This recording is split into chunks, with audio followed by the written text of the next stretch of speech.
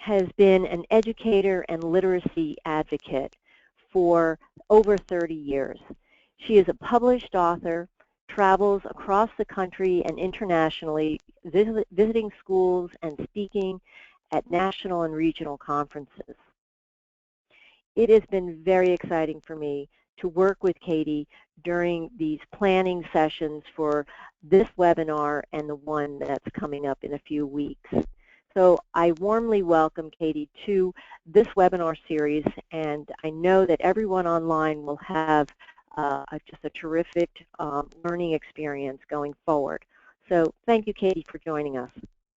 Hi, everybody. I'm really glad to be here. Thanks for your time, too. I realize, that it's a busy time of the year. Of course, every time is a busy time of the year for teachers.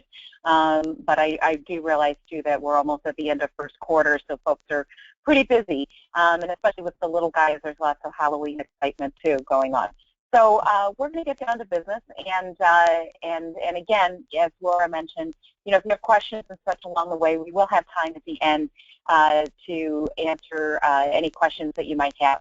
So we're going to talk, this is our agenda, so we're going to talk about college and career readiness, and I'm sure many of you, especially the kindergarten and first grade teachers out there, have already heard that college and career readiness starts right at kindergarten.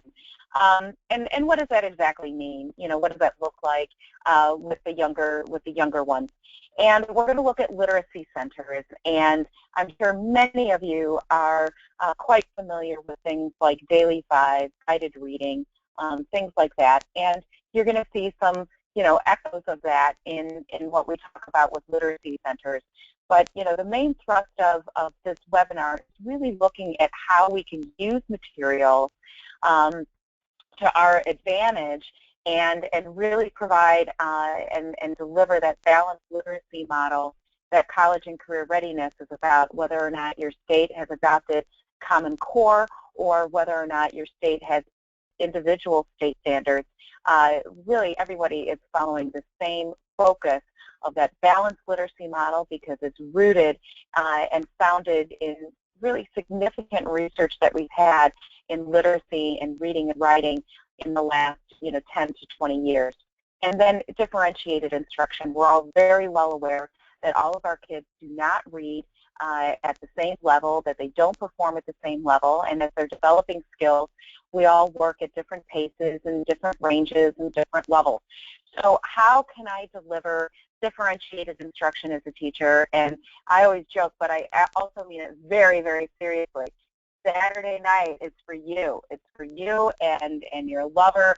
It's not for planning and grading papers. You need that time to yourself. So, so how do I do all of those things and still have some time to myself as a teacher? And then we're going to look at mini lessons for targeted instruction, and that really is part of the gradual release of responsibility model. How do we get trade books in? So meaning those great novels, informational texts, formerly known as nonfiction. How do we get those into classrooms? Because that really is, and again, the research just keeps showing us over and over and over again that when kids have choice and they're reading authentic text, that's when we can really see kids progress and close that achievement gap. And then, of course, we're going to talk, we'll have time for questions and answers. So here are the foundational building blocks that we're talking about.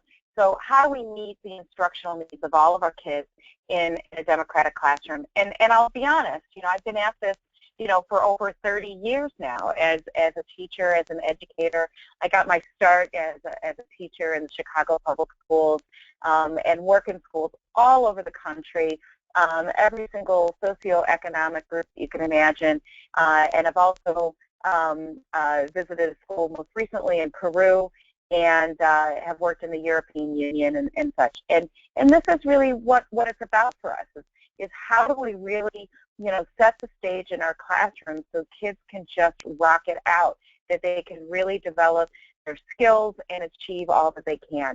And really the answer to that, I've been at this for over 30 years, so I'm still trying to figure out the answers. But part of the answer is this idea of balanced literacy, of really getting the reading, writing, speaking, and listening and language all together in a system of delivery for our kids. And then the idea of gradual release of responsibility, and that has come up much more since the introduction of Common Core in the last 5 years.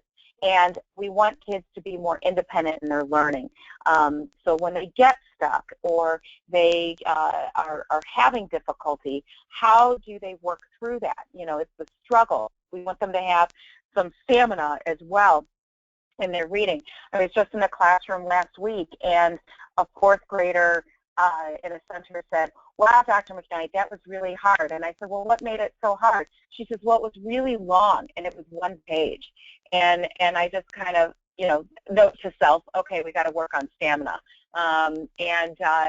But that's a perfect example, and what I hear from colleagues is that the kids have to read more and feel comfortable with that. And then the idea of differentiated instruction, that's one of our building blocks. How do we meet the needs of all of our kids? And still it's Saturday night, right?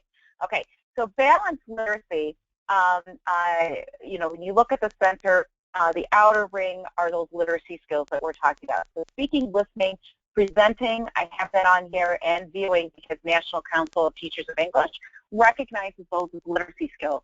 But if you're a Common Core state, it's really that speaking, listening, reading, and writing, and then vocabulary is infused within that. But I really like to bring up presenting and viewing as well, especially in our informational age. So when you look at those outer circles, I'm sure you're familiar with some of these.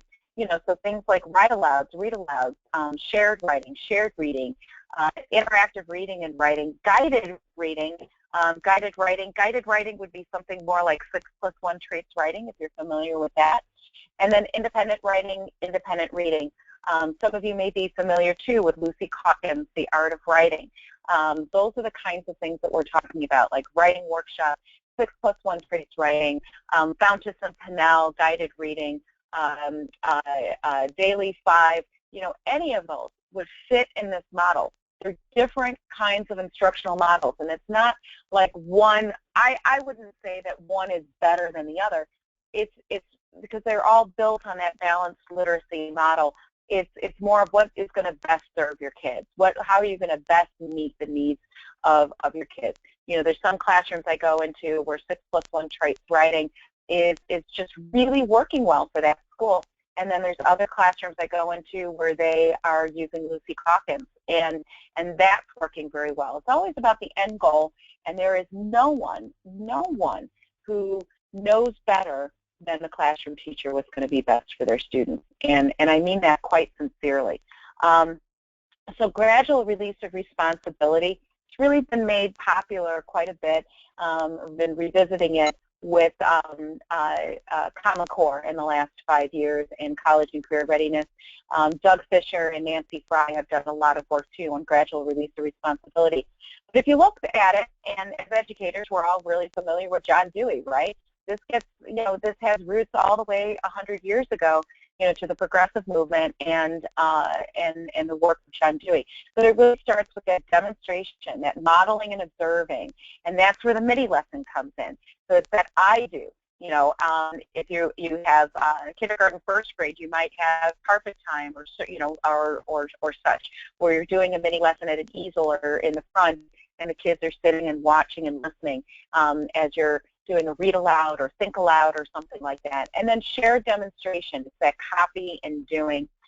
We do this together. And so kids might be doing that in partners. Again, that might be a guided lesson during circle time with the kids. And then there's guided practice. And that's where we really start getting into like centers and workshop models in there.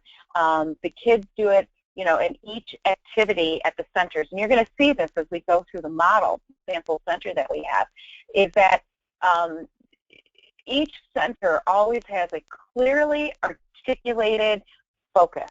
And the idea is that the kids get practice working a particular skill at that center. And then, of course, the last one is where, you know, basically the kids are flying out of the nest, and they're completely independent in their application. So it's you do and I watch. And again, the centers can allow for that as well.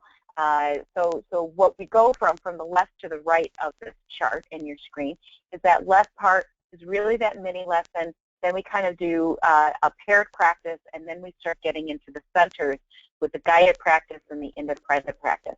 And we're finding out more and more how important that practice time really is, especially in the development of literacy. Dick Allington, I believe, had a study out in the last 2 years about the amount of practice. And the bottom line is that once our kids really figure out, the alphabetics, formerly known as phonics, whatever we want to call it, but they break the code in reading, it's about pages. And that's why we see all those chapters books like Magic Treehouse and Jeannie B. Jones and such, that it really is about practice. The more they read, the better they get. The more they read, the better they get. Period. End of story. That is the secret sauce. So we want kids, what these new standards are talking about, whether or not you use Common Core or you have individual state standards, is that we want those kids to demonstrate their independence without significant scaffolding, that they don't always need the training wheels on that two-wheeler, right? And we want them to be able to comprehend and evaluate complex text across a range of types and disciplines. So that's where the informational text comes in. And I know that many of you have, with Common Core and the College and Career Readiness, there's a stronger emphasis on informational text, especially in the younger grades of the K-3 that we're talking about today are included in that group. And I want to, give a little caveat about that too. That doesn't mean that we throw out the literature. The literature is actually quite important. Literature is where kids develop greater understanding of inferential meanings, symbols, metaphors, when things are not stated directly in the text, which happens more so in informational text, is how do kids discern the author's meaning, when it's inferential and metaphorical. So we need literature not just because it's great and it teaches us about humanity and the joys of life, the sorrows of life, et cetera, and also empathy, right? But it really is an important part of that reading diet, and that it's included. So I just want to, bring that up because in some schools that I work in or I hear down the grapevine or whatever, it's like anything. We just start doing too much of it, and then we forget about what is really, also part of that diet, a part of that balance. So we really want the kids to have that wide variety of text. And then we want them to be able to construct effective arguments, and what does that look like in kindergarten? Most kids are not writing at that point. So it really is about how can they verbalize a claim. When we show them the cover of a fairy tale or we're, reading a book out loud together, and the kids look at the text and things like that and can make an argument. What kind of person is Little Red Riding Hood? Oh, she's a really good person. How do you know that? And if kids can verbalize that, we're in really great shape when we start moving along into the older grades, where kids can start writing those things down about making a claim, asserting something, and then being able to find evidence from the text, whether it's visual or it's written language. And then we want kids to convey intricate or multifaceted information to discern a speaker's point of view, or key point. I'm sorry, not point of view, key point. So again, that's where we, getting into those complex texts. When things aren't completely stated directly, how do you know what the speaker is telling us? How can you see from a text? And then we want kids to be able to request and ask relevant questions, that it's not always us, the teachers, who are asking the questions. We want the kids to develop those questions as well. And that's also very Deweyan too, in a sense, a big part of the progressive movement. And then how do we build on others' ideas, articulate their own ideas, and then confirm that we've been understood, that our peers have been understood as well. Those last 3 bullet points, that request for clarification, build on others' ideas, and confirm that they've been understood, that's where the centers come in. The kids are really going to get a ton of practice doing that within centers. So I just want to point that out. That's where they can really practice and hone those schools. So when kids are able to comprehend something without prompting, I know this happens all the time, so kids will quote-unquote read the text, and they'll go straight across the text and decode it like crazy. But then when you ask them, what's going on or what's the meaning, they look at you and kind of tilt their head and go, huh? And so how do kids comprehend? How can we get them to be active readers, which so much of that is rooted in practice, and then demonstrate that command of standard English and acquire and use a wide-ranging vocabulary, academic vocabulary as well, and then more broadly that they really become the self-directed learner, that they're seeking out and using resources to assist them, and they're really using not only teachers but peers and print, digital references, and this is the information age. Really interesting statistic. You know, gone are the days when many of us, any of you who are out there over the age of 40 like myself, you probably remember, you know, we were in that last generation that typed out papers on an electric typewriter. And now the information is so readily available, and there's such an abundance of information. So how do kids make sense of all that information? How do they vet a source? How do they understand that something is valuable or not valuable? And an interesting statistic is that the amount of information from the beginning of time, we first started recording information with, drawing on cave walls with a woolly mammoth hunt, to 2010, the amount of information from the beginning of time to 2010 is equivalent to the amount of information recorded from 2010 to 2015. And of course, all of us can find it in our smartphone. So that's staggering. So how do we get from here to there? Well, this is how the instructional model that we're presenting today and that I've been using Sadlier materials for is getting with that essential question, to introduce it to the kids. So there's got to be a great question, and mini lessons, so that's that strategic introduction of a skill and that guided practice, and then centers using large group and small group instruction using trade books. I can't emphasize that enough. And one of the things that I regularly witness in schools is that when that we're using leveled readers and such that maybe some other publishers are distributing along with a textbook, the kids don't get into those books because they're just not authentic reads. But when we give them something like Junie B. Jones or Magic Treehouse or whatever, they get charged up and they start reading it, or like a series of unfortunate events.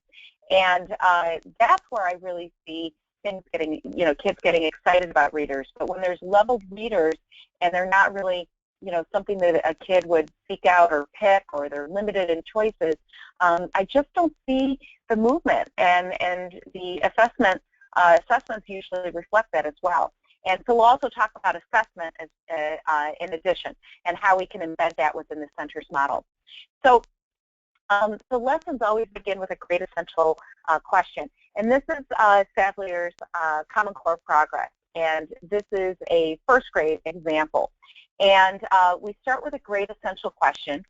And each of the units in Common Core Progress have this essential question, and how do the details of a story work together? And I might even add, like, how does it make it a great story? Like, how do details work together to make a really great story, to make it interesting? And so that's our first essential question. Back in the day when I started teaching in the late 80s, we used to call that our hook, right? The hook for the lesson. How do we draw the kids in?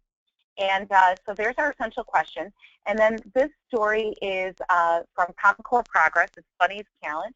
It's a animal fantasy story. So and you'll also notice too that there's always like key words to know in the upper left-hand corner and such. And the other thing that I like too is that there's guided instructions. So when you're doing your mini lesson with the kids and reading this with the kids as a read aloud, there's nice little talking points that Sadlier has included about finding evidence within the text, and also some prompting questions that I think is really helpful. And just, anecdotally, how I started working with Sadlier is that we just kind of stumbled upon each other because I was using a lot of their resources as I was working in schools all over the country because I like the way that it's set up. Think of a big Lego box, and that there are things that you can pull from. There's a structure with Common Core Progress, but then you can put in where you need to put things in. You can also infuse the trade books quite well. A company that I've been working with, their logos in the bottom right-hand corner, is Chapters Group, and they're just great for purchasing the trade books that we're talking about. They're very good to schools and such, and personally, they're the ones that I always recommend to different schools and such, in order to get trade books, because they just really take care of the schools and really have like the best value as far as getting trade books in. And so you can see more too that there's some additional teacher talk. So kids are going to do that as a large group kind of mini lesson. Oh, excuse me, let me go back here. And so we want the kids to read that wide variety of text. That's where the practice comes in. So they've got to read in every class.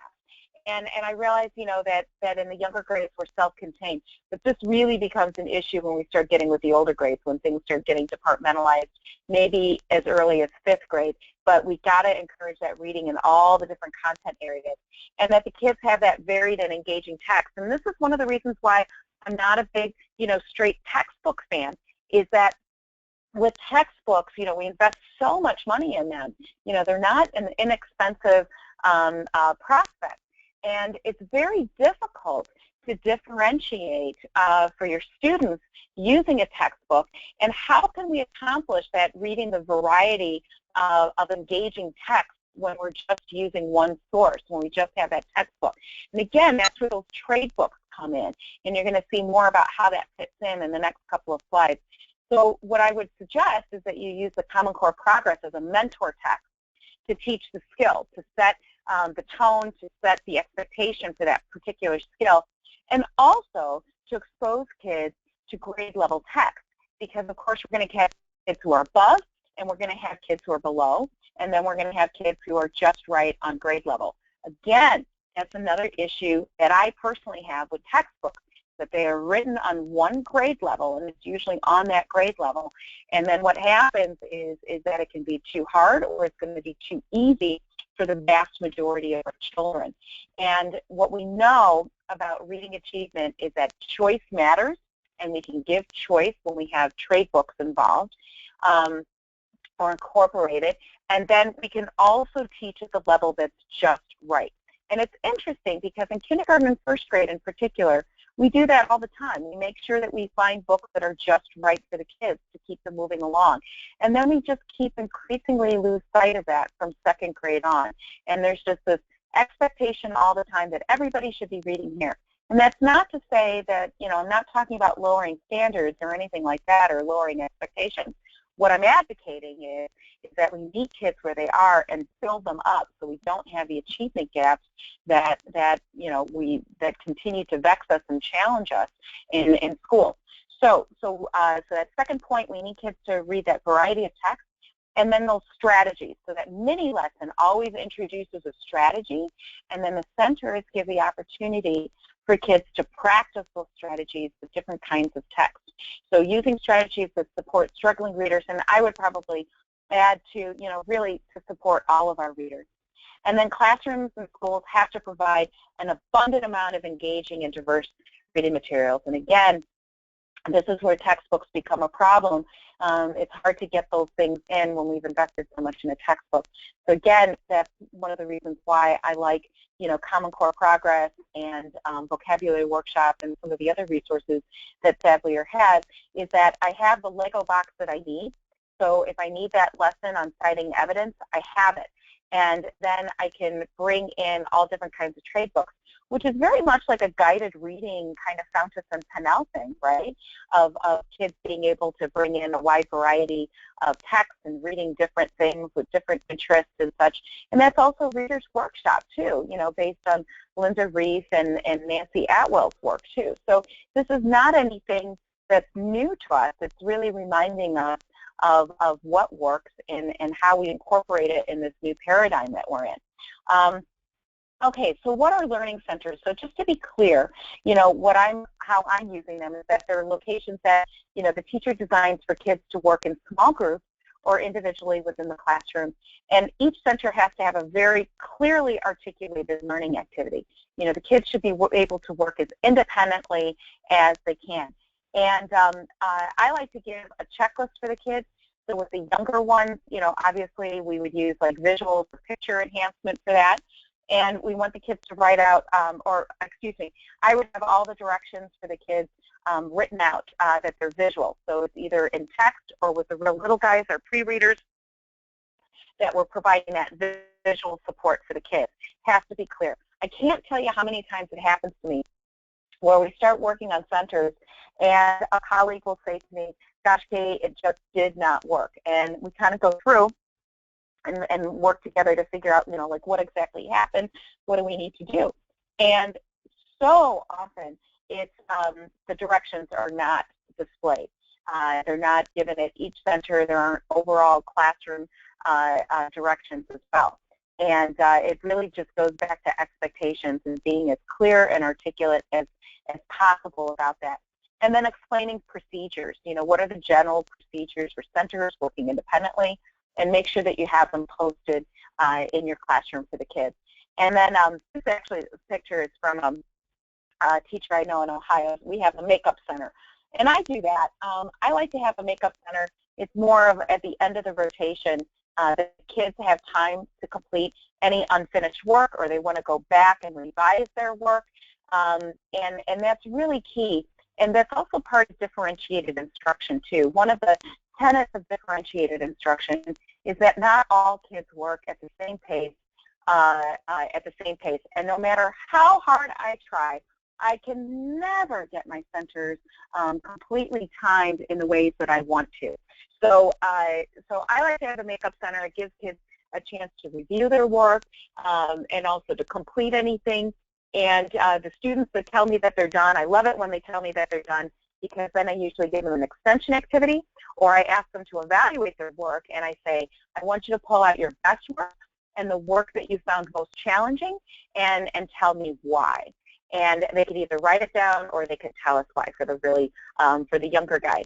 And that's a type of formative assessment too, because that self-evaluation, that descriptive feedback loop is a tenet of formative assessment. And of course, that's founded in the work of Jim Popham and Margaret Heritage.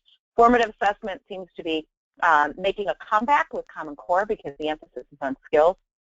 And formative assessment is really a good, is a compatible framework for that, for the development of skills and skills-based evaluation and grading.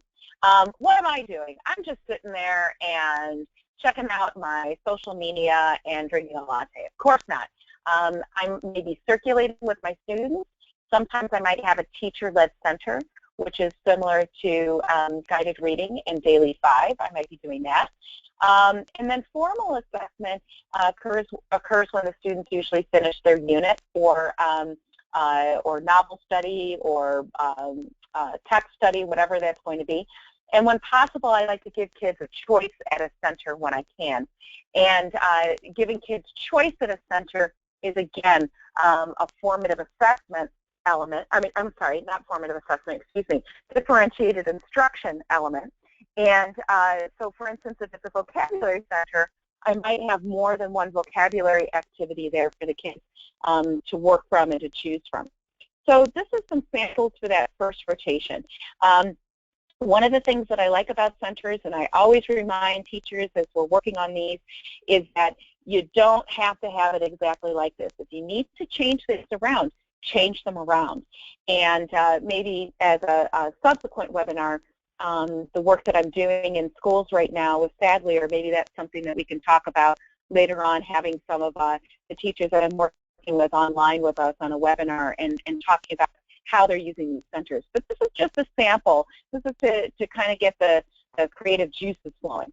So we have a vocabulary activity for our demonstration today. I pulled it from Common Core Progress. I'm just using one Sadly resource right now, but they also have vocabulary workshops, and there's things that we can pull from there. There's some teachers in California that I'm working with that are pulling from vocabulary workshop too in the younger grades. And then a reading strategy, and again, that's from Common Core Progress, and it's usually connected to the mini lesson. So if you remember, our mini lesson was about citing evidence. And then Aesop's Fables there, that's a trade book. So the kids are going to practice that skill in their trade book, in their Just Right book. I think I got, let me go back to content study. Back here. Oh, no. Okay. I'm just going to keep moving forward. Hang on one sec. All right. Technical difficulty. All right. And then practice with content. Again, we're going to practice a skill or content with that trade book. And then our listening and viewing center. Again, there's all kinds of things with Sadly or Connect that you can use. Wonderful things, actually, as I'm getting more and more familiar with the resources that are on Sadly or Connect. My friends in New Mexico were getting pretty geeked up about everything that's there. And then, of course, our Makeup Center, or in this case, what we're going to do is a teacher-led center and work with the kids on skills. So you can already see how we can change things up based on what our content is going to be for instruction and you know, what the needs are. So the focus standards, we're using Common Core right now, and but basically the RL1, you know, reading literature 1, 2, and 3, those are have to do with close reading and citing evidence and text, speaking and listening, and then we also have some language ones as well, which have to do with vocabulary. So the materials that we're going to use that Common Core Progress, Grade 1, Unit 1, Bunny's Talent, and then the Elephant Dance. And these are the trade books that we picked. And Chapters Group has lists, actually, been working with Sadly, and they have lists of books that are aligned with the different units. So that's a great resource, and I've actually been working with Chapters Group and the work that I've been doing with teachers, and we're adding even more to those. So if you need titles for trade books, again, you've got to keep your Saturday night open, right? They have a great list of different trade books that we can use. And then there's a shameless plug for my book. I have a book of graphic organizers that you can use too at different centers and things like that. Okay, so here's Bunny's Talent, and here's our vocabulary activity. So we're going to pull vocabulary out, talent, and towards, you can do something at that center like vocabulary slides, where the kids have a picture and then they associate, you know, find creative definitions, synonyms, antonyms, things like that. But some kind of wordplay activity that they can work with those words, okay? And then in addition to those, I pulled out some additional ones like glides and dives and climb and catch that I think kids would need to review from that text. And then the Reading Strategy Center, we're going to use Just Right text. So we picked Aesop's Fables, Patsy the Penguin, and then Little Beauty, which are all animal stories, similar to the one that we used in the mini lesson, the Bunny's Talent. That's also an animal story. And we took these three. One is a little bit above first grade level, one is right at grade level, and one is a little bit below first grade level. So again, we can differentiate. And then the kids can ask and answer questions about details in the story as they read together and retell the stories and identify, you know, the lessons that are made in each one of these. So again, the citing evidence. Or we could describe the character settings and main events in the story. So you can see that there's a lot of elements in here, too, of Fountas and Pinnell's work. You know, I would say that, you know, I took all of these, you know, like Fountas and Pinnell, guided reading, Reader's Workshop, Lucy Calkins, what am I forgetting, Daily 5, and you put it in a blender and this is what you get. But what I like about this model is the malleability of it, you know, that you can change things based on your kids. And again, you know, I don't mean to, you know, be down on textbooks, but that's the problem I have with textbooks. You pretty much have to follow the structure that's given to you rather than being able to use your professional wisdom, insight, knowledge in order to figure out, you know, how to best meet the needs of your kids. And that's actually something that's raised in the introduction for Common Core. And it says in the introduction that teachers and the curriculum specialists really know best how to develop the skills in the students. And that's another thing, too, with Sadlier, you know, that there's a lot of resources in here, but the bottom line is that it's really about us as the educators, how we're going to implement these materials. But there's just tons of material from which we can pull from this Lego box and create these centers. So here's a content study center, and we're going to just work on foundational skills because, of course, you know, with the younger guys, with the little people, we've got to work on that even more. So there's all kinds of foldable books that are in the Common Core Progress. And the kids could do a paired reading of this fold book. And of course, it's at bat, so it's the working on phonetics, or excuse me, phonics or alphabetics, whatever you guys want to call it, because we know, the whole phonics debate that's been around for quite some time, and work on this together. And there's directions and such in the Common Core progress to use with that. And then we're going to practice more with content study. And in this one, it says, as you read along with the poem, listen to short and vowel sounds and consonant blends. So the kids can read this out loud together, and they're going to, they could either highlight or circle and such, looking for those short vowels and consonant blends. And then the Listening and Viewing Center, the kids can be exposed to even another story. And this one is How the Spider Saved the Sun. So it's a folk tale, another animal story. So we've exposed them to another one. So you can see that the kids have looked in multiple texts. They've looked in multiple texts to work on that same skill about citing evidence.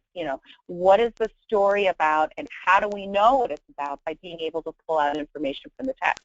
So the kids are doing that with a mini lesson with the grade level text that's in Common Core Progress. They're doing it again in their Just Right text, and then they're doing it again in this Listening and Viewing Center. So they've had 3 different texts, 3 different animal stories, and working on that same skill over and over and over again. And that's really key. And then this I just pulled from YouTube, and it's a video of Grandmother Spider Brings the Sun. So it's the same story. So the kids can listen to that together. And then there's also, too, this word study, too, of using context clues. That's, again, additional practice that the kids can have. So there's multiple things that we could do at this Listening and Viewing Center. It doesn't have to be all 3. You might want to pick just one. But what we're doing is providing different examples for you. And you can see that this is a Sadlier-based one. This is not so much, but it's connected to this text, which is from the Sadlier material. So it's not like this lockstep kind of thing. And then the Little Boy in Fortune, again, we can look at key language, key words that are in that story. I'm getting a little concerned about time, so I might be rushing a little bit here. Sorry, guys. And then time to practice those skills. This we're going to do in a teacher-led center, and this is another story, Frog's Wing. So we can use this as a formative assessment. So in that teacher-led story, the kids are going to read along with the teacher the following story, and then answer, fill in the circle of the correct answer choices. And again, there's some additional ones like retell the story. What lesson does the frog learn? So the kids have had a lot of practice in those different centers before they come to that teacher-led center. And again, you can use this as a formative assessment. You can see what the kids are mastering at this point. So for the next rotation of centers, or when you have a teacher-led center, if you have to remediate any of these skills, you know what skills the kids, individual students still might need some practice and support with. So again, those centers are just building all of these elements in of differentiated instruction, formative assessment, and giving the kids that time for practicing the skills so they can become more independent. And again, this is another example too of all of the materials that are in the Sadlier products.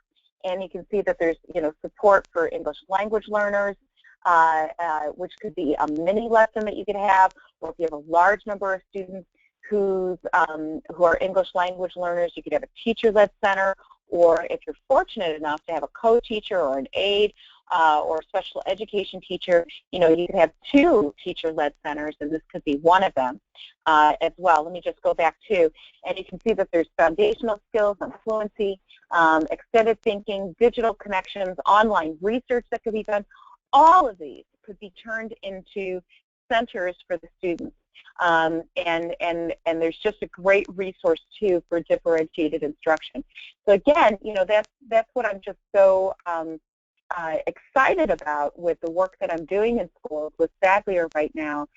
Just last week when I was in New Mexico, one of the teachers we're just getting started, implementing this model, and she's reviewing the materials, and she emailed me just how excited she is because there's so much she can pull from, and said, Shelley said to me, she says, Katie, that metaphor of that it's a big Lego box is absolutely true. She's like, I'm just already thinking about, as I'm getting to know the materials, how I can use these materials to truly deliver a balanced literacy program that also includes the differentiated instruction and the formative assessment. And on a very pragmatic note, too, is the majority of work that I do are generally in high-poverty schools, Title I schools, where our achievement gaps are most chronic and the greatest.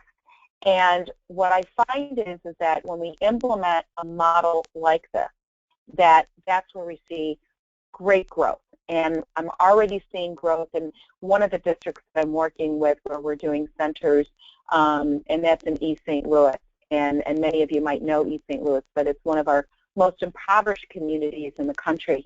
And we're already seeing some achievement gains based on this kind of work. So I'm very, very excited about it. And most importantly, the big difference I see is in the children and our colleagues. Last week when I was in New Mexico and pretty much the district that I'm working in, we've moved pretty much to all centers now, and across content areas too with the upper grades. And there's just a lot of joy and happiness. And I felt that sounds a little corny, but I love to see happy kids in school, achievement going up. And I don't have all the answers, but gosh, there's just something magical about this that happens. So I'm going to turn it over to Laura right now. So sure.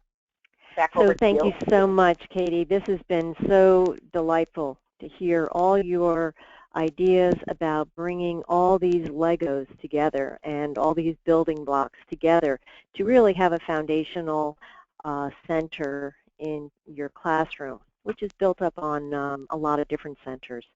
So we do have a couple of questions, and before I read them, I just want to remind all that are attending that you can open up your question box on the right-hand side of your screen in your control panel and type in your question, and I'll be able to read it and have Katie answer it. So Katie, the first one is, we are expected to pull small groups during center time. Ideas to ensure engagement for first graders who may not be self-motivated or independent early in the year. I think this was supposed to be, are we supposed to be pulling small groups during center time? Yeah, absolutely. Yeah, and that's where that teacher-led center comes in. And, there's some classrooms that I go into where, sometimes, if you have a group of kids like that you really, as I say, need to give them a lot of extra loving. That the thing that's great about this model is that you can absolutely do that. So you can pull those kids aside, really work with them. And I didn't even mention response to intervention. That teacher-led center is just prime for that. So you can do those different level interventions at that teacher-led center, and then the kids are working at their level on the different at the different centers. And one of the things that I'm working with Sadlier is that we're going to have more examples like the one that we just gave you of pulling what is in the Sadlier materials, different trade books, with my work with Chapters Group as well, and creating those trade book lists. And they're going to be kitchen-tested recipes from, classrooms that I'm working with all over the country. So we're going to be sharing more of that out throughout the school year. So great. So just a follow-up of what you just mentioned, how many days a week do you suggest that the kids go to a teacher-led center? The model that's from Daily 5, says over and over again, if you've got your Hermione Granger in class, and Poindexter, we're reading at like a 4th grade level and they're in 1st grade, they don't need to see you that often. You can check in with them very briefly, but those are the type of kids that they need to go and do. And then you have kids, as I say, who need more loving. The ones that need more loving, you're probably going to have to see them almost every single day. So again, that's going to be, and that's the idea behind differentiated instruction. I know it sounds wishy-washy. There's not a direct formula for it. So it really is that who needs your guidance and that one-on-one instruction the most, and almost like rank them from the ones who need it the most to the ones who need it the least. And some of the, and this is again our nature as teachers, and especially I think in the younger grades, there's just such this level of love that, if I let Hermione and Poindexter go and they don't get some teacher time, they're going to feel, neglected, left out. And that's not really the focus of the Teacher Center. That Teacher-led center is to really help kids build up those skills so we don't wind up with achievement gaps later on down the road. But that doesn't mean that you don't check in with them. You just check in with them, make sure that they're doing well, give Hermione's group like a little extra love and tell them how great they're working, and that you can see that from, the other side of the room, and remind them of that even though they're not working directly with you at the table, you still know what's going on with them and checking in with them. But to answer your question, that's a very long response and anecdotal story to your question. It's really, you gotta figure that out as you work with your kids. The ones who are most efficient in the skills, who are developing the skills as fast, those are the ones that you're probably going to have to see every day. Then there's other groups that maybe you need to see every other day. And then your kids that are maybe like a year or so above grade level, maybe you see them once or twice a week. So that may answer the next clarification of the first question, which was, it didn't have, first of all, the question was that they are expected to have their small groups pulled out of the room, I imagine, during center time. So would the answer to that be then, well, then at certain days when they're not pulled, then that's when you're going to be meeting with them in your teacher-led, and they'll be able to rotate throughout the centers? Yeah, exactly. Yeah, I think that makes a lot of sense. There's a lot of things too, like if you go to my website, that I'm starting to post about centers and materials that you can use in your classroom, and such. So you might want to check that out. I'm going to regularly be posting about the work that I'm doing in the schools this year in Sadler. So yeah, I think, Laura, I think that's the best response to that. Yeah. Okay, here's a question on assessment. Is there a reading assessment you have found more reliable and information, something that can give a snapshot of comprehension, fluency, and decoding? Oh my goodness. Gosh, that is just like the hot debate, right? I've seen everything from, dibbles to map testing to NWEA to ones that publishers put out. So as far as assessment, I don't have a really great answer for that.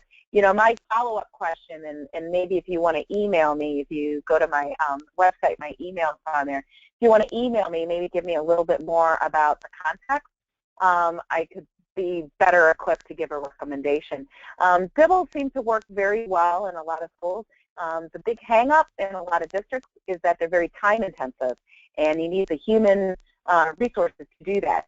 NWEA, we always have the issue of timeliness to get it back.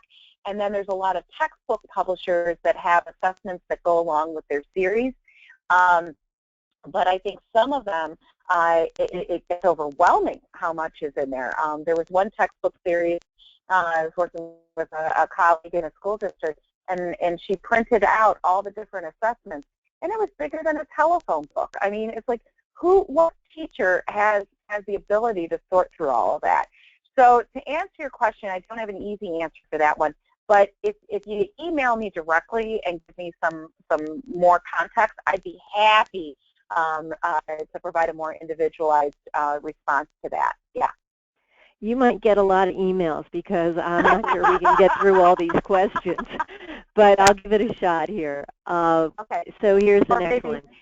Here's another one, Laura. Maybe we do a follow-up webinar and just like questions and stuff like that, and just do that. Yeah. Okay. Yeah. Is there more information of how to use literacy and differentiated instruction? I know there is in our program that, you of course didn't go in depth on that, but if this person is asking about the Sadler Progress program, there is more on the literacy and the differentiation of instruction. But go ahead if you have other channels. Yeah, and just a shout out on that too. One of the reasons why I'm such a fan of the Sadler work is that I think a lot of times what happens in curriculum materials and such that the differentiated instruction gets phoned in, that it's not as thorough. But I think that the Common Core Progress has really done a nice job with that. The other thing too for everybody, especially the question about assessment for phonics and such and fluency. A great website is Reading Rocket, and they have all kinds of articles and things like that and resources that address these kinds of things, and that a lot of the questions are about. And then also readwritethink.org has not only lessons on their site, it's a joint site with International Reading Association, now known as International Literacy Association, and National Council of Teachers of English, that there's lots of lessons on there, but then there's also professional guides and resources and such. So if you're looking for, instance, like assessments, in-class assessments for phonics and fluency, that would be, you probably find something in there. And then, with this last question as well, with differentiated instruction and literacy, I'm pretty sure that they have a whole professional resource guide on that too. And with that and the additional materials that Sadler has with Common Core Progress, it's a lot to go from, a lot of material. Well, I took back the reins, and I don't know how to keep the question box open, so I'm sorry if you're seeing this kind of blocked out. I just wanted, before we lose more people that need to get going where they are, I just wanted to tell everyone that Katie will be having another Building Blocks to Build Student Achievement webinar on October 28th. This webinar will be targeted for grades 4 through 8. And if you may be a teacher or an administrator that you cover those grades too, you will be getting an invitation to this webinar as well. So I think what I'd like to do, Katie, is I can print out all these questions, and you and I can sit down and we can tackle them and send out the question and answers to everyone that has participated in today's webinar. And I think along with that, I will go ahead and send a correlation that you mentioned with the trade books that Chapters Group has. I think they're great books, or every book you want to have, they have it, and the correlation to the Progress program that we have. So if anyone's interested in that, you'll get an email from us that will have the answers to the questions and that correlation. So without keeping everybody late after school, I want to thank Katie for coming and joining us today. Very special to have her and to share her ideas with us. You have unlimited ideas. It's so wonderful to hear your energy as well. And I want to also thank all the teachers, administrators, everyone who has participated in today's webinar, attended. It's just great to see so many people interested in Katie's ideas and how to better the classroom experience for the kids. Any last statements, Katie? No, just thank you so much for your time, and do reach out, and I try to respond as best as I can. Also, you can find me on Facebook too at Katie McKnight Literacy, and my Twitter handle is @LiteracyWorld. So you can always find me there. I'm always posting resources, particularly on Facebook, and then on my website too at KatherineMcKnight.com. So thanks everybody. Thanks for all the important work that you do. Thanks again. All right, we'll see you hopefully on the 28th. Bye now. Yep.